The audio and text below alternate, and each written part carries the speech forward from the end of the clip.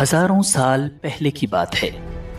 یہ زمین بالکل ویران تھی، نہ انسان، نہ شہر، نہ آبادیاں، صرف ایک ہی مخلوق یہاں آباد تھی، وہ تھے جنات۔ جنات کے قبیلے زمین کے کونے کونے میں پھیلے ہوئے تھے، مگر ان کے درمیان ہمیشہ لڑائیاں، جھگڑے، فساد اور خونریزی جاری رہتی تھی۔ پوری زمین میدان جنگ بن چکی تھی۔ یہ منظر اللہ رب العزت کی بارگاہ میں پیش ہوا تو اللہ تعالیٰ نے فیصلہ فرمایا، زمین کو اس فساد سے پاک کر دیا جائے۔ فرشتوں کو حکم دیا گیا، وہ بڑے بڑے لشکروں کی صورت میں زمین پر اترنے لگے اور جنات پر زبردست حملہ کر دیا۔ جنات نے مقابلہ کرنے کی کوشش تو کی، مگر اللہ کے حکم کے سامنے وہ بے بس ہو چکے تھے۔ اس حملے میں بے شمار جنات ہلاک ہوئے، اور جو بچ گئے وہ پہاڑوں، جنگلوں اور دور دراز جزیروں میں چھپ گئے۔ انہی جنات میں ایک نہایت ہی نیک اور عبادت گزار جن تھا، جس کا نام تھا عزازیل۔ عزازیل باقی جنوں سے مختلف تھا، وہ فساد سے بالکل الگ رہتا اور دن رات عبادت کرتا رہتا تھا۔ جب فرشتے جنات کے خلاف لڑنے آئے تو عزازیل نے کھل کر فرشتوں کا ساتھ دیا۔ فرشتے اس کی عبادت اور اخلاص سے بہت امپریس ہوئے۔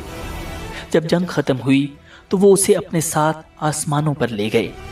اب عزازیل فرشتوں کی محفلوں میں رہنے لگا۔ وقت کے ساتھ ساتھ اس کا علم اور عبادت میں مقام بڑھتا چلا گیا، حتیٰ کہ اللہ تعالیٰ کے ہاں اس کا درجہ بہت بلند ہو گیا۔ مگر اسی دوران اس کے دل میں ایک خاموش خواہش نے جگہ بنانا شروع کی، کاش زمین کی خلافت مجھے عطا ہو جائے۔ وقت گزرتا جا رہا تھا، پھر ایک دن اللہ رب العزت کی طرف سے ایک اعلان ہوا، ایک ایسا اعلان جو سب کچھ بدل دینے والا تھا۔ اللہ تعالیٰ نے ارشاد فرمایا، میں زمین میں اپنا ایک خلیفہ بنانے والا ہوں۔ تمام مخلوقات میں ہلچل مچ گئی۔ سب کے ذہن میں یہی سوال تھا کہ زمین پر اللہ کا نائب کون ہوگا؟ فرشتے زمین پر اس سے پہلے جنات کا فساد دیکھ چکے تھے، تو انہوں نے حیران ہو کر اللہ رب العزت سے عرض کیا، کیا تو زمین میں ایسے کو خلیفہ بنائے گا جو فساد کرے گا اور خون بہائے گا؟ حالانکہ ہم ہر وقت تیری تسبیح اور پاکی بیان کرتے ہیں۔ اللہ تعالیٰ نے ارشاد فرمایا، میں وہ جانتا ہوں جو تم نہیں جانتے۔ دوسری طرف عزازیل یہ اعلان سنتے ہی بہت خوش ہوا۔ وہ بہت کانفیڈنٹ تھا کہ اللہ کے ہاں اس کا جو مقام ہے، اس لیے اب اس زمین کی خلافت تو اسے ہی ملنے والی ہے۔ لیکن پھر ایک ایسا واقعہ ہوا جس نے سب کو حیران کر دیا۔ اللہ تعالیٰ نے حضرت اسرائیل علیہ السلام کو حکم دیا کہ وہ زمین کے مختلف علاقوں سے مٹی جمع کریں۔ حضرت اسرائیل علیہ السلام نے پہاڑوں، میدانوں، ریگستانوں اور زرخیز زمینوں ہر جگہ سے تھوڑی تھوڑی مٹی جمع کی۔ یہ مٹی مختلف رنگوں کی تھی، کسی جگہ کی مٹی نرم تھی اور کسی کی سخت۔ اس مٹی سے اب اللہ تعالیٰ نے ایک نئی مخلوق تخلیق فرمانا شروع کی، انسان۔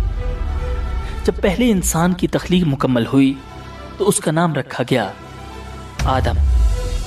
پھر اللہ تعالیٰ نے ان میں روح پھونکی اور یوں انسانیت کی ابتدا ہو گئی۔ اب تمام مخلوقات کی نظریں حضرت آدم علیہ السلام پر تھی کہ ان میں کیا خاص بات ہے، وہ کیسے سب سے ڈیفرنٹ ہیں۔ اب اللہ رب العزت نے حضرت آدم علیہ السلام کو خاص علم عطا کرنا شروع کیا، ایسا علم جو اس سے پہلے کسی کو بھی نہیں دیا گیا تھا، نہ فرشتوں کو، نہ جنات کو۔ اب اس علم سے متعلق امتحان لینے کی باری تھی۔ اللہ تعالیٰ کی طرف سے فرشتوں اور حضرت آدم علیہ السلام کا امتحان لیا گیا۔ فرشتے کسی سوال کا جواب نہ دے سکے، جبکہ حضرت آدم علیہ السلام نے تمام سوالوں کے ٹھیک ٹھیک جواب دے دیے۔ اب فرشتوں پر بالکل واضح ہو گیا کہ انسان ان سے بہت سپیریئر ہے۔ انہوں نے اللہ رب العزت کے حضور عرض کیا، یا اللہ، ہم صرف اتنا ہی جانتے ہیں جتنا تو نے ہمیں سکھایا، بے شک تو ہی علم والا، حکمت والا ہے۔ اور پھر وہ دن آ گیا جب زمین کی خلافت کا فیصلہ کیا جانا تھا۔ مجلس میں تمام فرشتے اور عزازیل بھی موجود تھا۔ عزازیل کے دل میں انسان کے خلاف حسد کی چنگاری بھڑک رہی تھی، مگر اسے اپنی عبادت پر بہت ناز تھا، اور وہ سوچ رہا تھا کہ آدم تو بیچارہ مٹی سے بنا ہے اور میں آگ سے بنا ہوں، میں ہی یقیناً اللہ کے نزدیک افضل ہوں، خلافت تو مجھے ہی ملے گی۔ اور پھر اللہ تعالیٰ نے اپنا فیصلہ سنا دیا کہ زمین پر اس کا خلیفہ انسان ہوگا۔ عزازیل پر یہ خبر بجلی بن کر گری، وہ شوق میں چلا گیا، اس کی آنکھیں غم اور غصے کی وجہ سے سرخ ہو رہی تھیں۔ اب اللہ رب العزت نے تمام فرشتوں اور عزازیل کو حکم دیا، آدم کو سجدہ کرو۔ اللہ رب العزت کے اس حکم کے ساتھ ہی تمام فرشتے فوراً سجدے میں گر گئے، سوائے عزازیل کے۔ کسی کی مجال نہ تھی کہ اللہ کے حکم کا انکار کرے، مگر وہ بدبخت گردن اکڑائے غصے اور تکبر کے ساتھ کھڑا ہوا تھا۔ دربار خداوندی میں سناٹا چھایا ہوا تھا۔ اللہ تعالیٰ نے پوچھا، تجھے کس چیز نے روکا کہ تو سجدہ نہ کرے جب میں نے تجھے حکم دیا؟ ابلیس نے تکبر سے جواب دیا، میں اس سے بہتر ہوں، تو نے مجھے آگ سے پیدا کیا اور اسے مٹی سے۔ اللہ رب العزت نے نہایت جلال سے فرمایا، نکل جا یہاں سے، تجھے یہ حق نہیں کہ یہاں تکبر کرے، یقیناً تو ذلیلوں میں سے ہے۔ اب وہ عزازیل ابلیس بن چکا تھا، مردود اور شیطان، مگر بجائے شرمندہ ہونے یا توبہ کرنے کے، اس نے اللہ تعالیٰ سے ایک حیران کن درخواست کی، مجھے قیامت تک مہلت دے دے، جس دن انسانوں کو قبروں سے اٹھایا جائے گا۔ اللہ رب العزت نے فرمایا، جا، تجھے مہلت دی گئی۔ لیکن ابلیس نے وہیں ایک اور اعلان کیا، جو کہ ایک چیلنج تھا، ایک سازش تھی۔ کہنے لگا، اب چونکہ تو نے مجھے گمراہ کیا ہے، اس لیے میں بھی قسم کھاتا ہوں کہ ان انسانوں کی گھات لگا کر تیرے سیدھے رستے پر بیٹھا رہوں گا، پھر میں ان پر چاروں طرف سے حملے کروں گا، ان کے سامنے سے بھی اور ان کے پیچھے سے بھی، اور ان کے دائیں طرف سے بھی اور ان کے بائیں طرف سے بھی، اور تو ان میں سے اکثر لوگوں کو شکر گزار نہیں پائے گا۔ اللہ رب العزت نے نہایت جلال سے فرمایا، نکل جا یہاں سے ذلیل اور مردار ہو کر، ان میں سے جو تیرے پیچھے چلے گا وہ بھی تیرا ساتھی ہوگا، اور میں تم سب سے جہنم کو بھر دوں گا۔ یوں ابلیس انتہائی ذلیل ہو کر بارگاہ خداوندی سے نکل گیا۔ وہ غصے اور انتقام کی آگ میں جل رہا تھا۔ اسے سب سے زیادہ غصہ انسان پر تھا، جس کی وجہ سے وہ اللہ رب العزت کی مجلس سے نکالا جا چکا تھا۔ اب حضرت آدم علیہ السلام کا اصل امتحان شروع ہونے والا تھا۔ انسان اور شیطان کا مقابلہ شروع ہونے والا تھا۔ حضرت آدم علیہ السلام جنت میں رہنے لگے، وہاں ہر طرح کی نعمتیں تھیں، لیکن پھر بھی وہ اکیلا محسوس کرتے تھے، انہیں تنہائی کا احساس ہوتا تھا۔ اللہ رب العزت نے ان کی تنہائی دور کرنے کے لیے ان کی زوجہ حضرت حوا علیہ السلام کو پیدا فرمایا، وہ ان کی ساتھی بنی۔ اب حضرت آدم اور حضرت حوا دونوں خوشی سے جنت میں رہنے لگے۔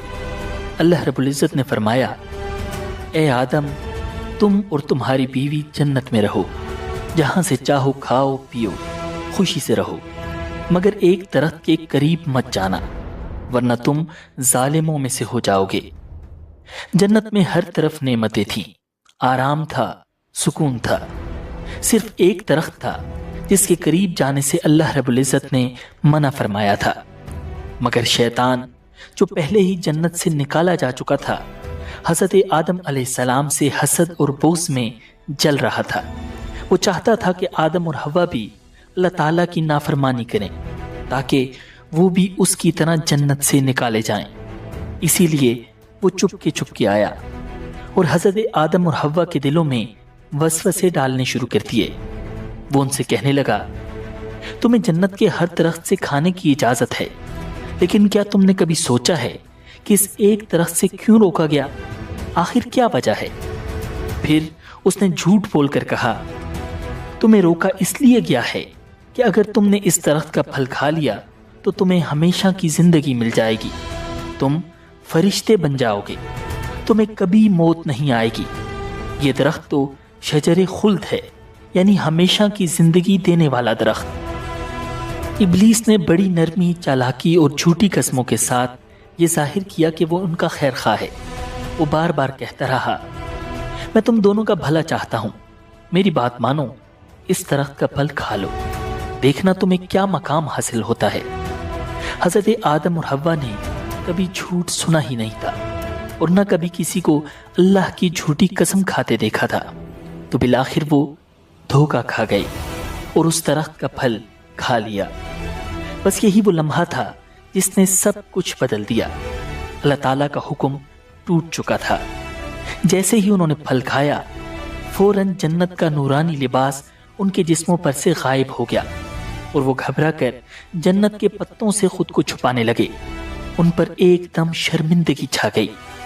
اللہ تعالیٰ نے حضرت آدم کو پکارا، کیا میں نے تمہیں اس درخت سے منع نہ کیا تھا اور یہ نہ کہا تھا کہ شیطان تم دونوں کا کھلا دشمن ہے؟ دونوں نے جب اللہ کی پکار سنی تو مارے خوف کے کانپ اٹھے۔ حضرت آدم اور حضرت حوا علیہ السلام بہت غمگین تھے کہ ان سے کیا گناہ ہو گیا، کیسے وہ شیطان کے دھوکے میں آ گئے۔ انہیں سمجھ نہیں آ رہی تھی کہ اللہ رب العزت سے معافی کیسے مانگے، مگر اللہ کی کریم ذات کو ان کی حالت پر رحم آ گیا اور اللہ تعالیٰ نے خود انہیں ایک خاص دعا سکھا دی، ربنا ظلمنا انفسنا وان لم تغفر لنا وترحمنا لنکونن من الخاسرین۔ اے ہمارے رب، ہم نے اپنی جانوں پر ظلم کیا، اگر تو ہمیں نہ بخشے اور ہم پر رحم نہ کرے تو ہم یقیناً خسارے والوں میں سے ہو جائیں گے۔ حضرت آدم اور اماں حوا نے یہ دعا مانگنا شروع کی تو اللہ تعالیٰ نے ان کی توبہ قبول کر لی اور یوں توبہ کا دروازہ ہمیشہ کے لیے کھل گیا۔ پھر اللہ تعالیٰ نے فرمایا، اب تم سب انسان اور شیطان زمین پر اتر جاؤ، تم ایک دوسرے کے دشمن ہوگے، وہاں تمہیں ایک وقت مقرر تک ٹھہرنا ہے اور وہاں زندگی گزارنی ہے۔ حضرت آدم اور حضرت حوا کو جنت سے اتار کر اس زمین پر بھیج دیا گیا۔ یہی وہ جگہ تھی جہاں ان کا اور ان کی آنے والی نسلوں کا امتحان لیا جانا تھا، جہاں انسان اور شیطان کی ایک مسلسل جنگ رہنی تھی۔ اس زمین پر تو سب مختلف تھا۔ ادھر آ کر انہیں پہلی بار بھوک کا احساس ہوا، پہلی بار کھیتی باڑی کی، روٹی پکائی اور تب جا کر پیٹ بھرا۔ حضرت ابن عباس رضی اللہ تعالیٰ عنہ فرماتے ہیں کہ زمین پر اترنے کے بعد حضرت جبرائیل علیہ السلام حضرت آدم علیہ السلام کے پاس آئے۔ ان کے ساتھ گندم کے 7 دانے بھی تھے۔ حضرت آدم نے پوچھا، اے جبرائیل، یہ کیا چیز ہے؟ حضرت جبرائیل علیہ السلام نے جواب دیا، یہ اسی درخت کا پھل ہے جس کے بارے میں آپ کو منع کیا گیا تھا، لیکن آپ نے وہ کھا لیا تھا۔ حضرت آدم نے فرمایا، اب میں ان دانوں کا کیا کروں؟ حضرت جبرائیل نے کہا، انہیں زمین میں بو دیجئے۔ حضرت آدم نے ان دانوں کو زمین میں بو دیا۔ یہ دانے بہت وزنی اور بڑے تھے، دنیا کے عام دانوں سے کہیں زیادہ۔ کچھ عرصے بعد وہ دانے اگائے۔ حضرت آدم نے فصل کاٹی، دانے صاف کیے، پھر انہیں پیسا، آٹا گوندا اور روٹی بنائی۔ یوں حضرت آدم علیہ السلام نے زمین پر محنت کر کے کھانا کھانے کا طریقہ سیکھا۔ اسی طرح حضرت آدم علیہ السلام کا پہلا لباس بھی حضرت جبرائیل علیہ السلام کی مدد سے تیار ہوا۔ وہ بھیڑ کی اون سے بنا تھا۔ پہلے انہوں نے اون کاٹی، پھر چرخے پر دھاگا بنایا، پھر حضرت آدم علیہ السلام نے اپنے لیے ایک جبہ اور حضرت حوا کے لیے قمیض اور اوڑھنی تیار کی، اور یوں اس زمین پر انسانیت کا آغاز ہوا۔ انسان اور شیطان کی کہانی شروع ہوئی، ایک ایسی جنگ جو آج تک جاری ہے، جہاں شیطان انسان کو دھوکہ دیتا ہے، اسے بہکاتا ہے اور اللہ کے حکم سے روکتا ہے، اور انسان اکثر اس کے دھوکے میں آ بھی جاتا ہے۔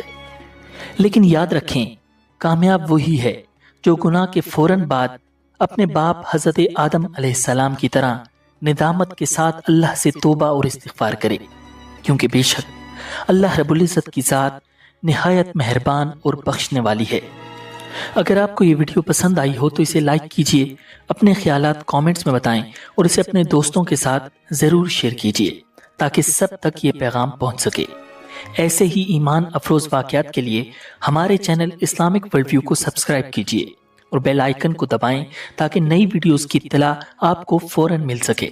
اب اگلی ویڈیو دیکھنے کے لیے یہاں کلک کیجئے۔